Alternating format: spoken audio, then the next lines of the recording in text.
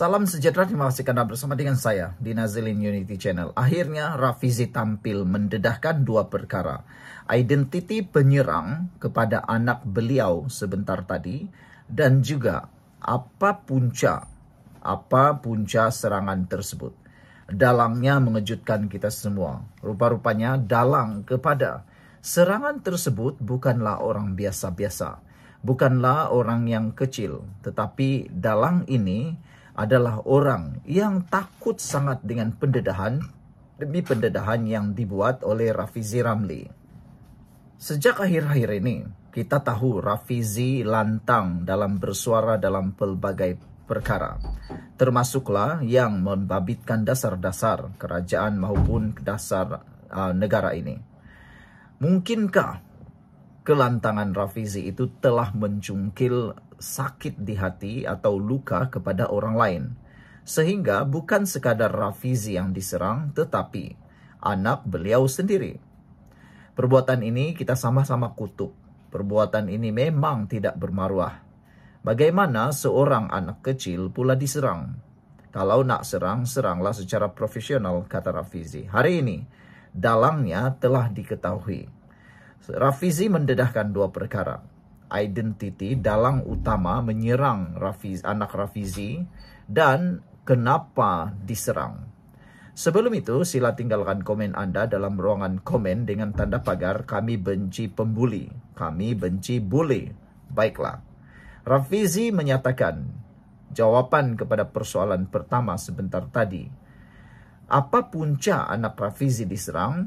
Rafizi dedah akhirnya. Rafizi kata, dia percaya penyerang yang menyerang anak beliau itu adalah kerana ingin memberi amaran supaya Rafizi tidak lantang bersuara. Ramai netizen yang memberikan nasihat dan juga dorongan kepada Rafizi supaya Rafizi tidak kendur dan tidak menjadi takut. Mereka kata, teruskan lantang bersuara, kami berada di belakang Rafizi, kata netizen. Bagaimana pula dengan Anda semua? Buat tanda komen, kami benci bully. Saudara, sebelum kita teruskan ulasan ini, jangan lupa tinggalkan komen Anda dan saya perkenalkan dulu kepada Anda semua. Ini terapi imun Transfector for Life, terapi imun yang meningkatkan daya imun badan kita sehingga 400%. Terapi imun ini mendidik dan menjaga serta mengimbangkan imun badan kita supaya bertindak luar biasa, kuat dan bijaksana. Secara umum dan ringkasnya, apabila imun badan kita jadi lemah, apabila imun badan kita jadi bodoh, kita tidak sembuh daripada semua jenis penyakit. Anda sebutlah penyakit dari kecil sampai yang parah, yang besar, kita tak sembuh daripada penyakit itu. Tapi dengan peningkatan daya imun badan kita, dengan imun badan kita yang bijaksana, maka imun badan kita mengetahui mana satu kawan, mana satu lawan dalam tubuh badan kita. Lalu imun badan itulah yang menghapuskan akar penyakit dan penyakit-penyakit yang ada dalam tubuh badan kita. Dapatkan produk ini melalui nombor telepon saya yang tertera untuk mendapatkan khidmat nasihat percuma. Dan produk ini lulus KKM, diperakui oleh dokter-dokter di seluruh dunia, halal. Produk ini adalah halal. Saudara, kalau Anda sudah berdoa lama untuk mendapatkan kesehatan Anda semula, mungkin ini jawaban yang Tuhan hantar untuk Anda semua.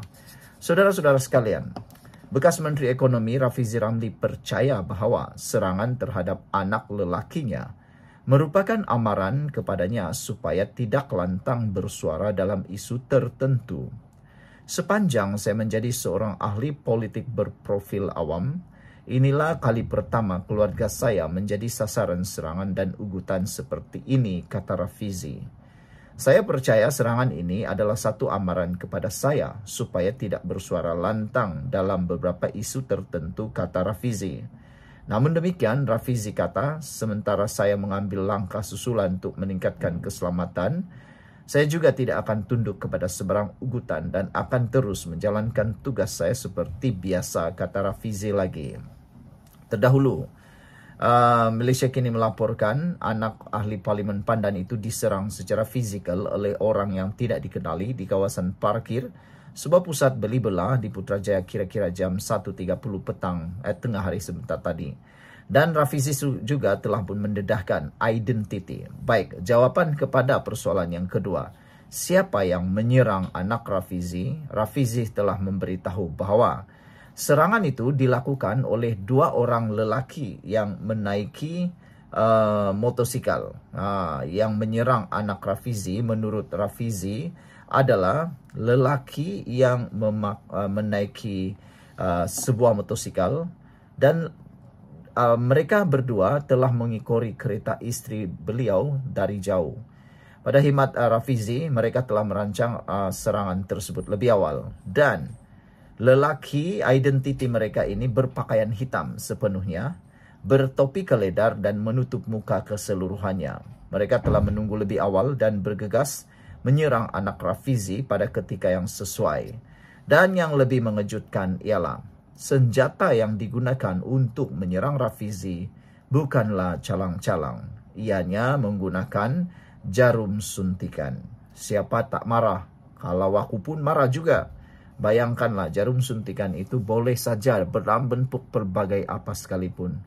Kita tidak mau membuat spekulasi apa isi jarum suntikan itu, adakah ianya kosong atau berisi. Tetapi yang pentingnya ialah perbuatan ini perlu kita kutuk, dan kita harap ianya cepat-cepat dapat diselesaikan. Seperti nasihat daripada Speaker Dewan Rakyat sendiri, yaitu oleh Speaker Dewan Rakyat Johari Abdul, menyatakan bahwa Menteri Dalam Negeri Datuk Seri Saifuddin Nasution Ismail diminta memberi penjelasan berhubung kejadian serangan ke atas anak bekas Menteri Ekonomi Datuk Seri Rafizi Ramli. Terdahulu, Wong Chen daripada PH Subang telah menyatakan membangkitkan yang meminta supaya kejadian itu dibentangkan dapat penerangan di Dewan Rakyat.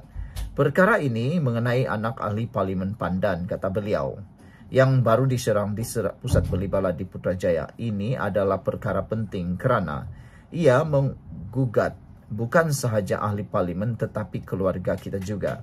Tugas utama kita di parlimen ialah memastikan keselamatan untuk negara dan ahli parlimen di sini, katanya lagi.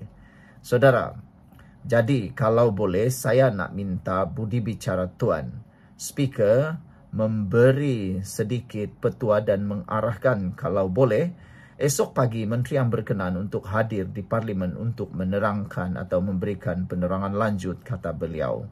Beliau membangkitkan perkara itu sebaik Muhammad Ismi Mat Taib, Perikatan Nasional Parit, selesai membahaskan RMK 13. Mendengar perkara itu, Speaker Dewan Tan Sri Johari Abdul berkata beliau akan menghubungi Menteri Dalam Negeri untuk meminta penjelasan berhubung kejadian yang berlaku.